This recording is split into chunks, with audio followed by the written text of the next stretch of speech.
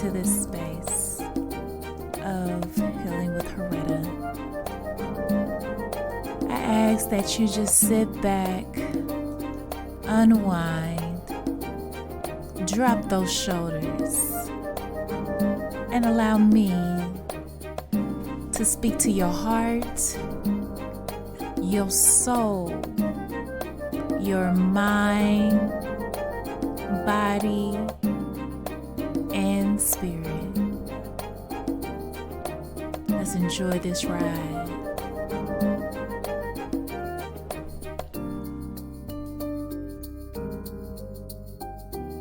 Hey y'all, hey, we're back. And guess what? We've officially made it through Mercury retrograde. Hallelujah. Yes. We had a whole month full of it, but it officially ended on the 25th. Well, it'll officially end by the time you hear this. So when you hear this, it's going to be coming to an end. Mercury retrograde will be over and we won't see it again until August. So do what you need to do. But with that being said, we just had a full moon in the sign of Scorpio, and the report from the astrologist that I like getting the little, lunar reports from is, I told you guys before, alex.mouse on Instagram. So I'm going to go ahead and give you guys a cosmic report. And she says this lunar energy will be supercharged for the next 72 hours. So this is a powerful time for introspection, truth seeking, and letting go of all things that are no longer serving you. That's my favorite thing to do with the moon. But yeah, expect intense emotions because it's in the sign of Scorpio. Scorpio is a water sign, and that water sign affects our sacral chakra, which is associated with our emotions. It's all connected, y'all. But yeah, you expect some intense emotions and past experiences to resurface, offering opportunities for healing and growth. And that's what we all about here with this podcast of Healing with Harretta. We're going to continue to heal and grow and evolve and be the very best version of ourselves. All right. But this Scorpio energy demands honesty as well as self-reflection. And it's pushing us to confront our deepest fears and emotions. So during this full moon, expect relationships to be tested and some emotions will run high, from love all the way down to anger.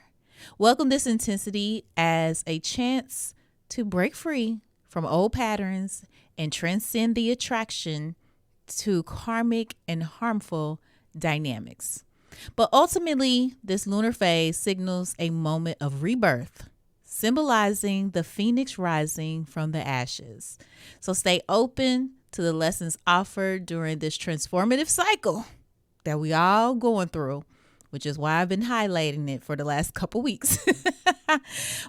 But fully trust in your intuition and allow yourself to evolve emotionally and spiritually, guided by the extremely powerful energy and clarity that's emanating from this Scorpio moon. Yes. Receive that.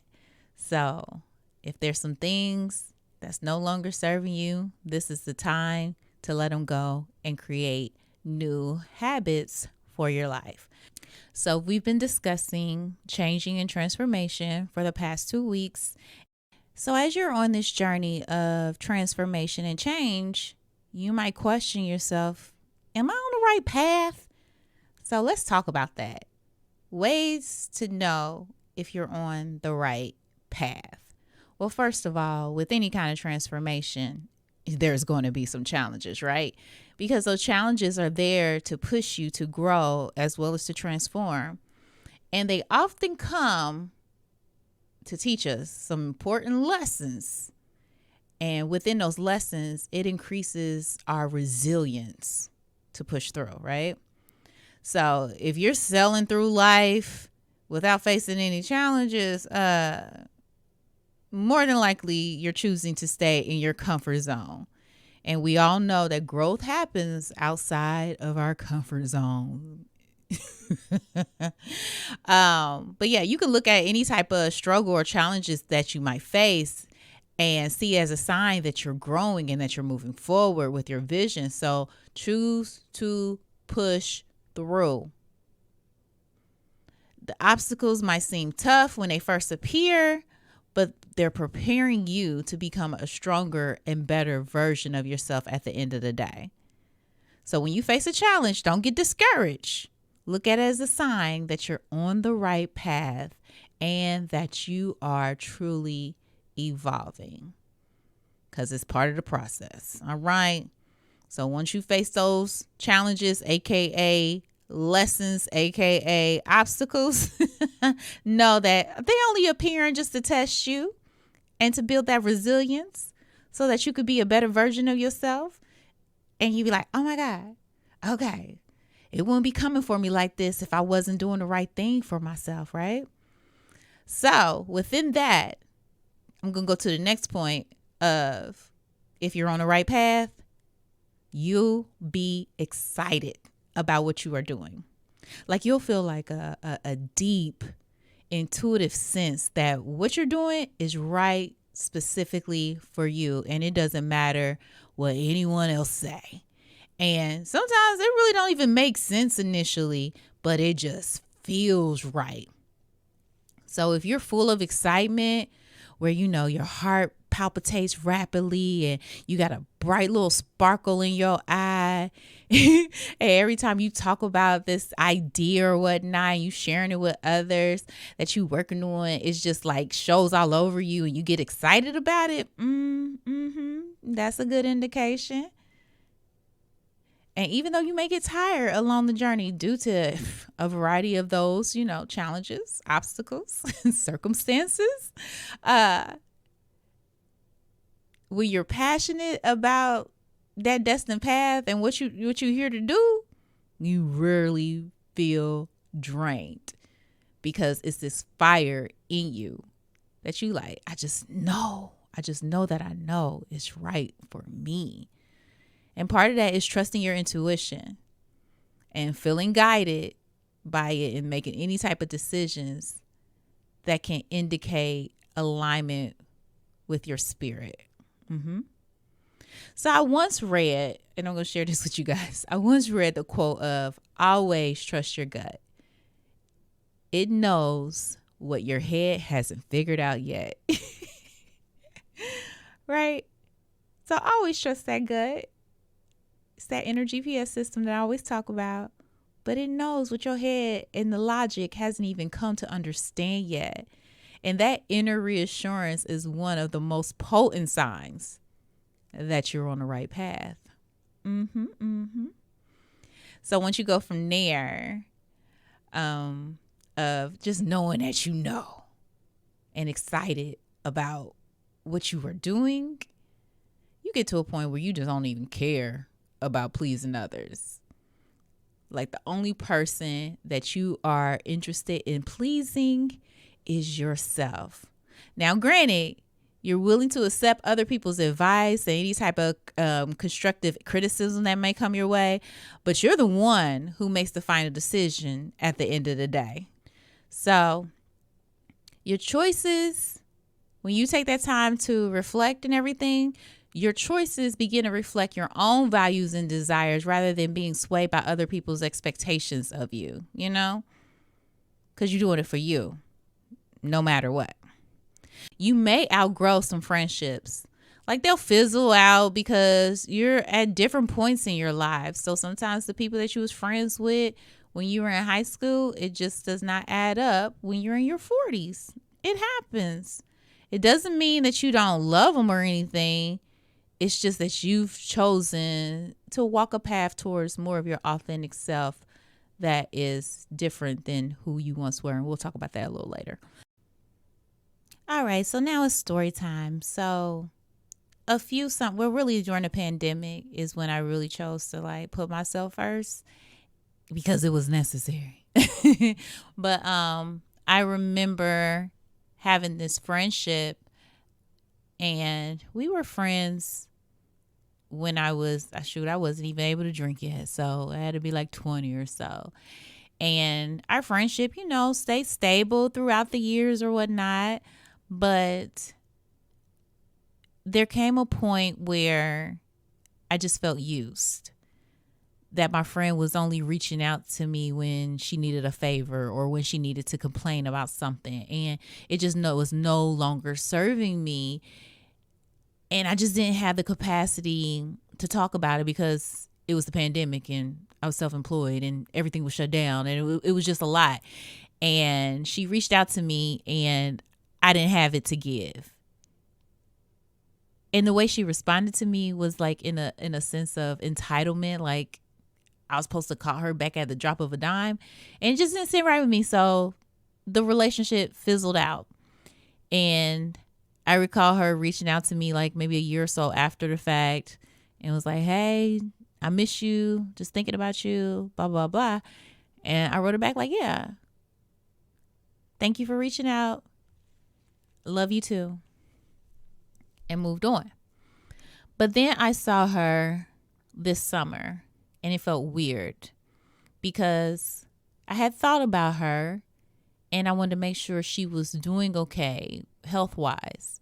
So me seeing her, I was like, okay, Spirit, thank you for allowing me to see her and see that she's doing well. She's healthy. Okay, cool. But I couldn't go up to her and speak. It just didn't feel right. Right. So then I got into therapy in the fall, this past fall, and it came up. Our friendship detachment came up, and my therapist was like, well, do you feel like you had a point to reach out? And I was like, nope, not there. Don't want to. But my therapist would be very happy to know that I reached out last week.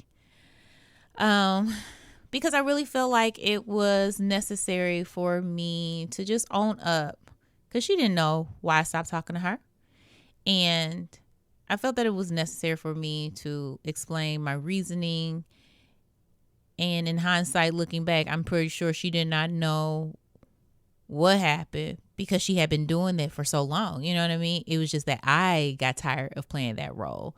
She was playing the role that she always played and didn't see anything wrong with it. But for me, it just no longer sat with me well. So we had lunch earlier today and I got straight to it and explained to her my point of view of, hey, I felt like you were only calling me when you needed a favor or, when you needed something or when you was going through a crisis. It was never, hey girl, how you doing? What's been going on? It was never that. And she apologized. And of course, she didn't realize that's what she was doing. But after we got that out the way, we caught up on everything like nothing happened. You got to love friendships that, you haven't seen each other or talked to each other in a while, but you can always pick back up. That's a true friendship. And I'm pretty sure we'll keep in contact and reach out from now on. I needed that moment of solitude to bring about that clarity and insight that I only wanted valuable friendships where it goes both ways. Lesson learned. So if you are a person that you have a friend, haven't talked to in a while, y'all fell out for whatever reason, but you miss them or you think about them and you want to rekindle, I'm encouraging you to just reach out, say hello, ask if you want to meet up for lunch or dinner, and y'all do the damn thing. All right. It was valuable for me. Maybe it's valuable for you. I just wanted to share. Moving along. The moment you stop trying to please everyone is the moment you start living truthfully. And again, you'll know you're headed in the right direction with that. Funny thing is, Steve Jobs once pointed out this quote: your time is limited. Don't waste it living someone else's life. We only got one life to live. So you cannot live your life towards the expectations of others. You got to live for you. It's part of growing up. All right. One of the things that I like seeing the most with recognizing if I'm on the right path is that you outgrow the person you once were. And it comes times where you just do not even recognize the person you were a year ago or even 6 months ago. But it's important for you to appreciate the old version of yourself because you had to be that person to get to where you are now and towards the elevated version of yourself that you'll be in the future. So with that growth, there's an influence in your life that causes you to have more compassion and patience and even some more humility and even love in your life. So it's important for you to embrace the metamorphosis, just like a butterfly. So even with this process of transforming yourself, be patient. Be patient with yourself as you grow into this new version of yourself. But another way to always realize that you are on the right path is at times we will have these beautiful synchronicities or coincidences that occur and they become a part of our daily life, which are clear signs that we're on the right path. So it means that our path is aligned with the universe and is offering support and encouragement that we need to move forward. And for me personally, synchronicities come through someone speaking a phrase that I was thinking or just saying or writing about. I'll hear it on the radio or someone talking on TV, or it can possibly be numbers that appear. That's a message for me or confirmation. Or I can go to the library and find a book and it's like, oh my goodness, this is what I was looking for. Or someone might come into my life and bring about a huge blessing that I was in need of. Yeah. So anyway, these synchronicities and coincidences, they can manifest as unexpected encounters, opportunities, or insight that feel divinely guided. And I love receiving them because they really, truly let you know that you are on the right path. So I'm excited to introduce a new segment of the podcast that I'll be doing occasionally, which is basically just Ask Harretta. So if you do not know, there's a page on my website, peacewithin111.com, where you can apply a question and you can be anonymous or you can put your name and your email, and then it's like, what's your story? What's your question? And it has to be less than 200 words. And then eventually, if you want to, you can be live with me at some point. I ain't there yet. But yeah. So you submit a question and I answer it for you. So that is what I'm about to do for one of the listeners who wrote in. So the question is, I'm wondering what is holding me back in life. Why can't I move forward financially, spiritually, amongst other things? I can't find a place to live. What is my issue? And I want to be a better parent. Okay, so what I received is one of the things that is holding you back is not offering forgiveness to yourself as well as others. But I feel like more than anything is that you haven't forgiven yourself from things of the past. And everybody knows my first time clients with me, I am always going to be sending you a prayer of forgiveness because I feel like it's important to allow our heart chakra to flourish. And majority of times we are holding on to things that we haven't forgiven ourselves for or forgiven others for, that is holding us back from being the very best version of ourselves. So with forgiveness, it's important to know that our natural space of being should be love, right? But unfortunately, if we don't release that negative frequency of hate or anger or blame or intolerance or just not having it in yourself to get over something of the past, it's holding you back. So know that the most important person you must learn to forgive is always going to be yourself. So blaming yourself for your quote unquote failures blocks the natural flow of energy and love that we are all in need of. And with that flow of love, you'll be able to attract all good things into your life. So first, I'm sensing that you need to forgive yourself for things that you've done in the past.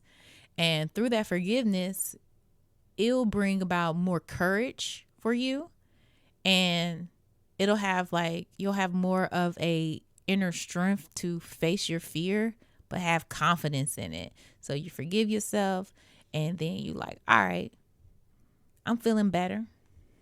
Now I'm courageous enough to move forward and do the damn thing. So once you've forgiven yourself from the past, it most definitely will increase your courage to move forward and face any fears with confidence. And then that will allow you to choose a new direction in life, because what you've been doing, it's no longer serving you. And I'm saying that at 4:44 p.m. when I'm looking at the clock. Hey, Spirit. 4 is all about a new foundation. So it's now time for you to choose a new direction to go in life. So when I'm saying choose a new direction in life, it's really time for you to make a conscious choice to be the person you're meant to be. Like actually create an action plan for yourself that leads you in the direction of your divine life purpose.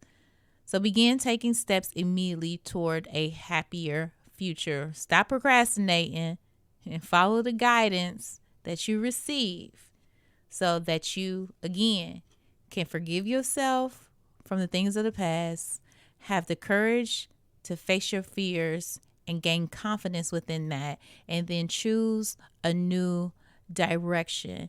And by going that way, it will assist you with understanding more what is holding you back. So again, to answer your question, I'm wondering what is holding me back in life and why I can't move forward financially, spiritually, amongst other things. You harboring on to old things and not forgiving yourself or others is what's causing you to be held back. And once you find that, once you figure that out and forgive, you'll have more courage and inner strength. Strength, courage, and wisdom, it's been inside of me all along. Okay, that's the song for today. Strength, Courage, and Wisdom by India Ari. And it came out in the year 2000. And lastly, you had mentioned that you want to be a better parent. The things that you are doing is not aligning with the parenting style that you want to become. Therefore, choose another direction that is aligned with the type of parent that you want to be. It's always going to come back to your mindset and choosing differently for yourself. I hope this was helpful.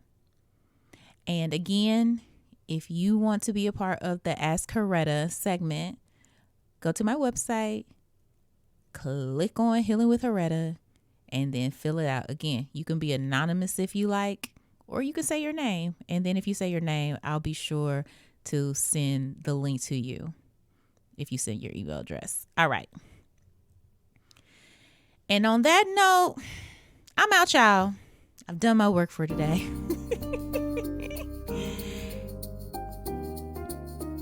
Until next time. All right. Peace.